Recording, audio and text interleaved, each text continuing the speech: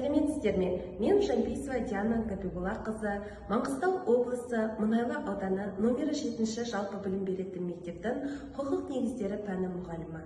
Бүгінгі педагогикалық идеядағы тақырыбым құқық сабағында әртүрлі елдердің заң жүйелерін салыстыру арқылы мәдениет аралық түсіністік қалыптастыру.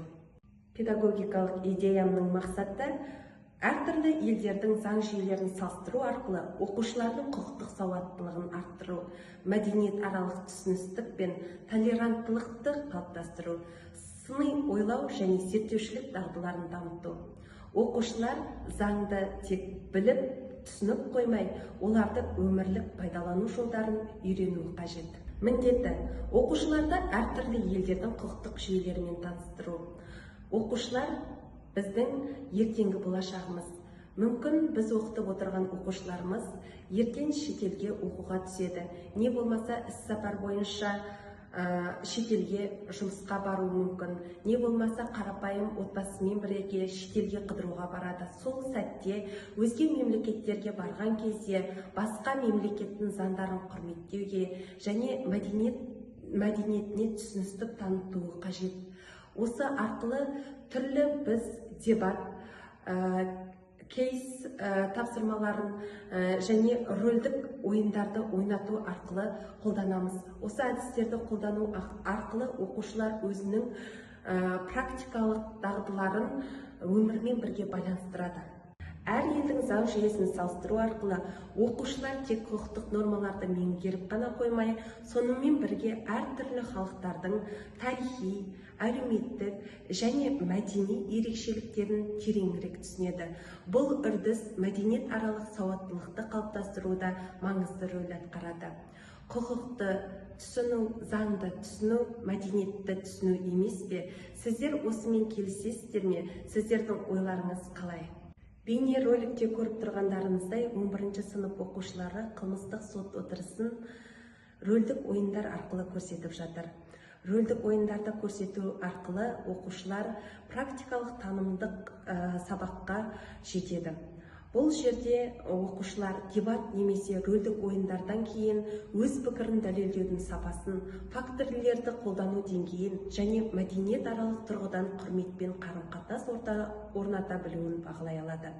Бұл бағалау тәсілдері оқушылардың рефлексия жасау дағдыларын дамытады. Бұл жерде оқушылар өзі құқық бұзушылықты анықтап, және сол құқық бұзушылыққа жауапты жауапкершілікті, жазаларды қолдану жолын табады, және сот шешімін өздері шығарады. Бұл идея сын тұрғысынан ойлауды дамыту технологиясымен тығыз байланысты болып отыр. Салыстыру, талдау, аргументтеу, дәлелдеу сияқты дағдыларды дамыту арқылы бұл жерде 9-шы және 10-шы сынып оқушылары сайыс сабақтары мен дебат сабақтарынан үзінді келтіріліп тұр. Әртүрлі елдердің заң жүйелерін салыстыру арқылы оқушылар тек құқықтық білім алып қана қоймай, түрлі мәдениеттерді түсінуге, өзгелердің көзқарастарына құрметпен қарауға, толерантты болуға үйренеді. Дебат, рөлдік ойын, кейстер, жобалық жұмыстар мен цифрлық құралдарды пайдалану сабақтың тиімділігін арттырады. Осындай практикалық сабақтардың негізінде көптеген бітіруші сыныптардың арасында құқық негіздері пәніне қызығушылықтары артып, басты таңдау пәні құқық негіздерін таңдап отыр.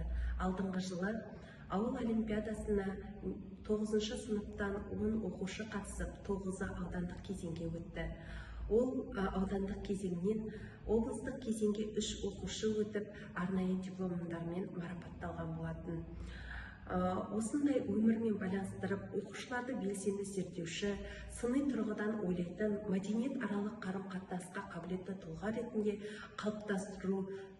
қалыптастыратын практикалық сабақтарды жүргізу өте тиімді. Тұрыңыздар, сот келе жатыр.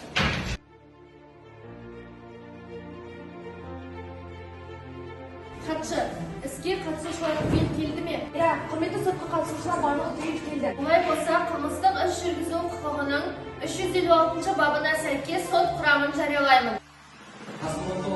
Жасөспірім жұмыс жасайды. Менің қояр талабым жоқ.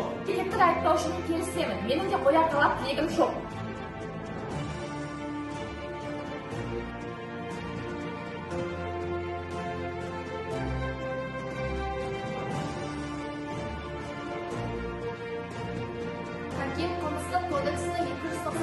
бабы 3-ші бөлігінде көзделген қылмысты жасағаны үшін айыпты деп танып, 10 жыл мерзімге бас бостандығынан айыру жазасы тағайындауға.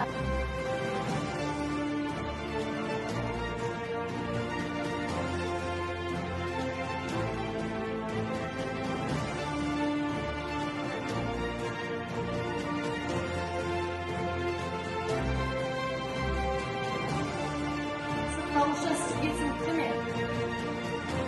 Өз кінәнің мойныма алып ары қарай берілген мерзімді өтеп шығуға дайынмын.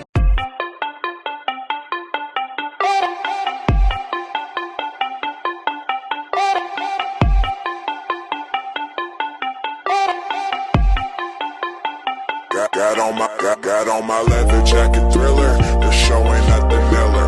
Man, I'm a lady killer. If I want her, I'ma steal her. I promise I can make her fly away like caterpillar. So if you don't know by now, then you should probably get familiar. Get familiar. So if you don't know by now, then you should probably get familiar. So if you don't know by now, then you should probably get familiar.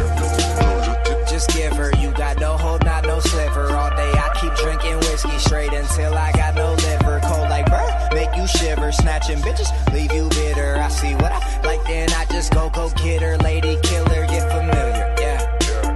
I respond to what I like, swear this shit goes down like it. Қорытындылай келе, құқық негіздерінің сабағын теориялық тұрғыда ғана өте бермей, түрлі дебаттық ойындар, рөлдік ойындар және де кейс әдістерін, түрлі құқықтық жағдаяттарды шешу арқылы оқушыларға қылмыстың қоғамға қауіптілігін сезіндіруіміз қажет. Одан бөлек оқушылар рөлдік ойындарды ойнау арқылы өз мамандықтарына жолын таба алады. Биылғы жұмысшы мамандықтар жылы болғандықтан менің бітіруші сыныптарының арасында басты пән ретінде құқық негіздерін таңдап отырған оқушыларым өте көп. Құқықтық мәдениетті арттыру, тәртіпті нығайтудың кепілі деген сөзбен бүгінгі педагогикалық идеямның қорғауын аяқтаймын. Назар аударып тыңдағандарыңыз үшін рахмет.